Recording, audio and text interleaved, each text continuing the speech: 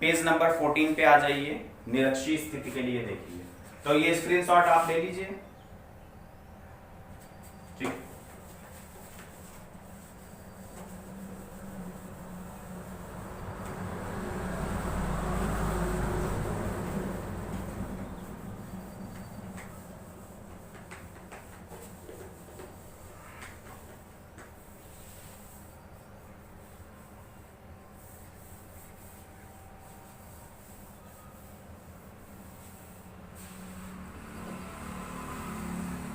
अब देखिए निरक्षीय स्थिति क्या होती है। ये दूसरा है वैद्युत द्विध्रुव की निरक्षीय स्थिति, दूसरी प्रूविंग। निरक्षीय स्थिति या अनुप्रस्थ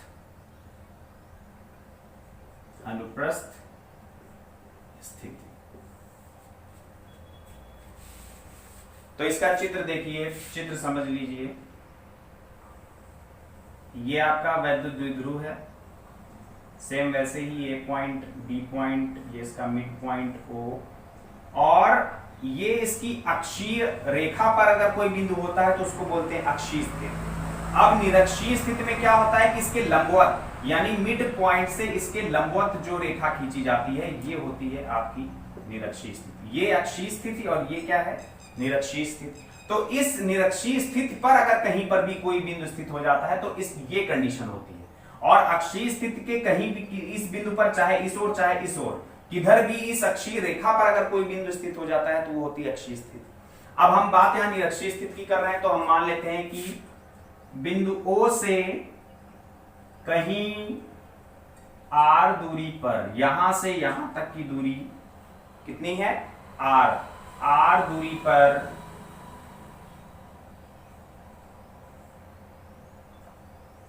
कोई एक बिंदु P है और इस बिंदु P पर -q और ये +q। अब अक्षीय निरक्षीय स्थिति पर एक बिंदु P हमने ले लिया जो कि O से R दूरी पर था। अभी तक हम अक्षीय स्थिति में ले रहे थे, यहां से यहां कहीं पर भी, चाहे जहां पर ले ले, लेकिन दूरी R ही मानते हैं। तो यहां पर हम ये P पर ले लिया R दूरी पर। अब आपको मालूम है कि इस बिंदु P पर भी दो, जिस तरीके से यहां पर दो तीव्रताएं कार्य कर रही थी, वैसे ही बिंदु P निरक्षीय रेखा पर स्थित एक बिंदु P पर भी दो वैद्युत क्षेत्र की तीव्रताएं काम करेंगी। तो देखिए कैसे काम करेंगी। ये इधर से इधर की ओर देखा जाए तो ये आपका E1 हो जाएगा, और इधर से इधर की ओर एक रेखा ऐसे जाएगी तो ये यहां से आपकी ये डायरेक्शन इसकी ये होगी, ये आपका हो जाएगा E2। और इन दोनों का परिणामी बिंदु P पर ये E1 हो गया, ये E2 हो गया, और इनका परिणामी हम मान लेते हैं E है। अब परिणामी और E1 के मध्य का कोण हम ये थीटा मान लें। तो अगर ये थीटा है तो ये भी थीटा ही हो जाएगा, क्योंकि ये कोण ऐसे बन रहे हैं तो ये कोण ऐसे बन रहे हैं, तो ये अगर थीटा आपने मान रखा है तो ये भी थीटा ही होगा। ये एकांतर कोण है, तो एकांतर कोण होने की वजह से आप ये मानेंगे थीटा, तो ये भी थीटा हो जाएगा, ठीक। और ये यहां से ऐसे रेखा होगी तो ये लंबवत, ये 90 डिग्री का कोण बना रहा है, ये त्रिभुज बन गया। अब यहां पर आप देखिए E1 और E2 पेज नंबर 14 पे ही जो लिखा हुआ है, और इस चित्र को आप बहुत अच्छे समझ लीजिए। यहां से यहां तक की दूरी ये L, ये दूरी भी L होगी क्योंकि ये टोटल दूरी 2L होती है। अब यहां पर देखो ये P और B बराबर किसके है, A और P के, क्योंकि ये दोनों ही त्रिभुज हैं, और त्रिभुज में आप देख रहे हैं कि PB और PA, ये यहां पर दो त्रिभुज बन रहे हैं। इस तरीके से संपूर्ण दो त्रिभुज बन रहे हैं। अगर देखा जाए, हम आपको अलग अलग बता रहे हैं समझाने के लिए, ये थीटा तो ये भी थीटा ही होगा। तो यहां से देखा जाए ये दूरी आपकी R है और ये दूरी आपकी L है। यहां से देखा जाए तो ये दूरी R है, वही दूरी है, हमने इसको अलग अलग कर दिया है, और ये दूरी आपकी L है। तो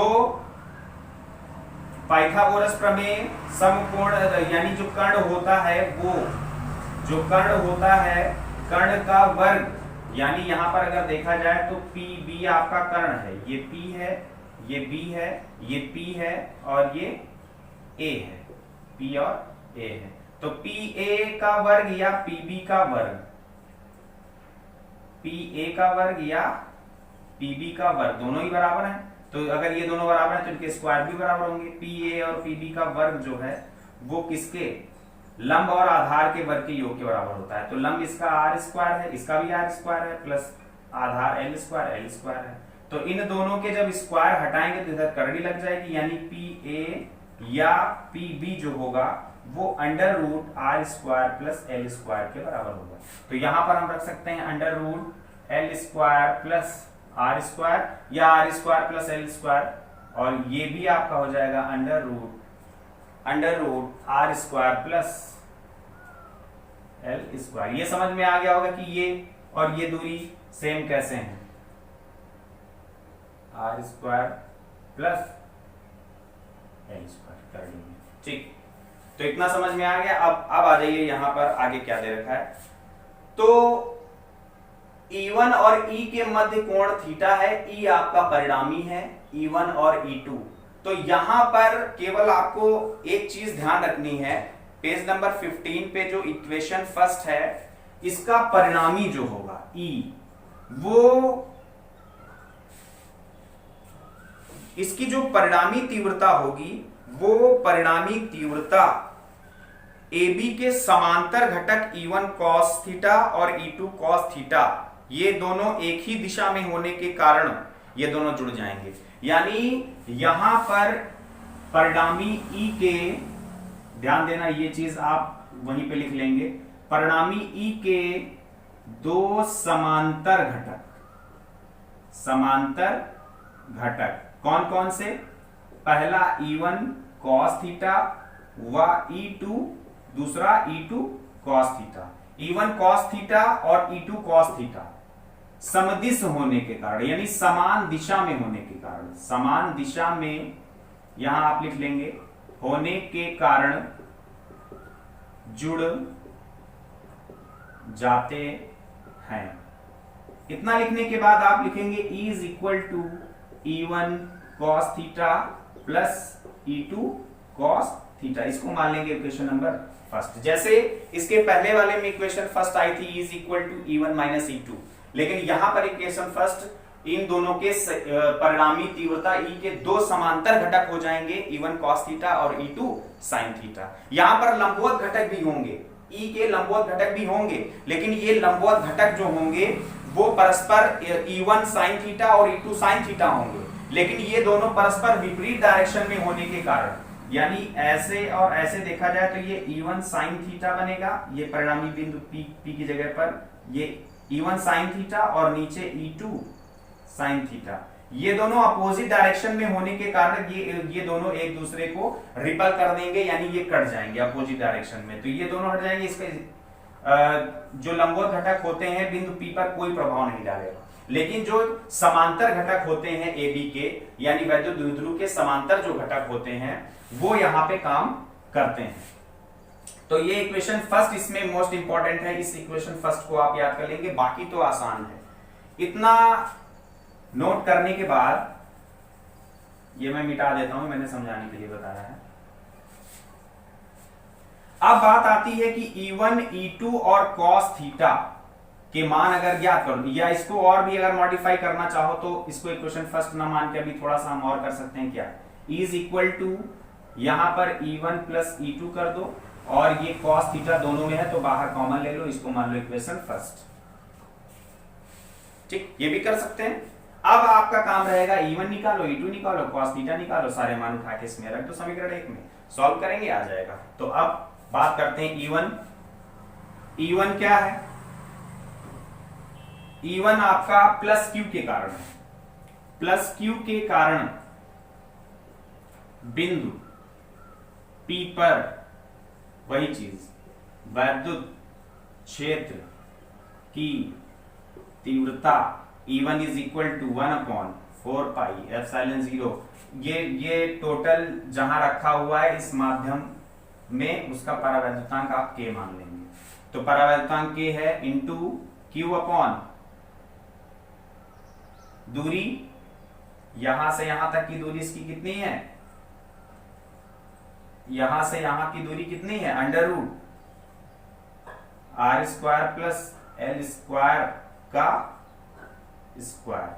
ठीक है, अब ये दूरी प्लस क्यू और पी के बीच की दूरी under root are square plus L square होगी ना, तो इसको और क्या लिख सकते हैं, E1 is equal to 1/4 pi epsilon 0 के इंटू क्यू अपॉन स्क्वायर हट जाएगा, केवल आ जाएगा R square plus L square. इसको मान लेंगे इक्वेशन नंबर 2। इसी तरीके से माइनस क्यू के कारण सेम लिख लेंगे तीव्रता, अब ये E2 हो जाएगी, E2 is equal to 1/4 pi epsilon 0 के इंटू क्यू अपॉन, यहां पे ध्यान दीजिएगा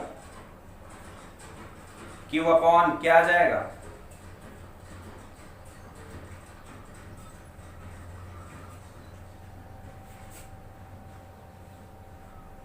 क्यू अपॉन अंडर रूट, यहां से यहां तक की दूरी सेम है, तो यानी ये इक्वेशन जब सेम है तो ये सेम आ जाएगा R square plus L square, ये सेम आ जाएगा, इसको मान लेंगे क्योंकि ये और ये दूरियां सेम है, तो जब फार्मूला रखेंगे तो सेम आएगा। तो E1 और E2 सेम है। अब बात आती है कि E1 निकाल लिया आपने, E2 निकाल लिया, इसको इक्वेशन 3 मान लिया। अब बात आती है कॉस थीटा कैसे निकालोगे। तो कॉस थीटा के लिए ध्यान दो, समकोण त्रिभुज, समकोण त्रिभुज आपको POB में, POB में, POB अगर अलग आपको दिखाएं तो ये देखिए इस तरीके से है, P है, ये O है और ये क्या है, B है। ये समकोण त्रिभुज है, ये दूरी R है और ये दूरी L है, ये देखिए ये दूरी L है, ये under root are square plus L square है। तो यहां से कॉस थीटा बराबर लाल बटे कक्का से क्या होता है, आधार बटे कर्ण, तो cos theta is equal to आधार कितना है L और कर्ण कितना है अंडर रूट, यानी इसको लिख सकते हैं R square plus L square, करनी है तो यानी पावर हाफ होगी, ऐसे लिख सकते हैं। ये कॉस थीटा का मान आ गया, इसको इक्वेशन 4 मान लो। अब यहां पर आपको क्या करना है कि समीकरण 1 में E1, E2 व कॉस थीटा के मान रखने पर, ये तीनों ही मान आपको रखने हैं समीकरण 1 में। तो हम रख के आपको दिखाते हैं, स्क्रीनशॉट ले लीजिए।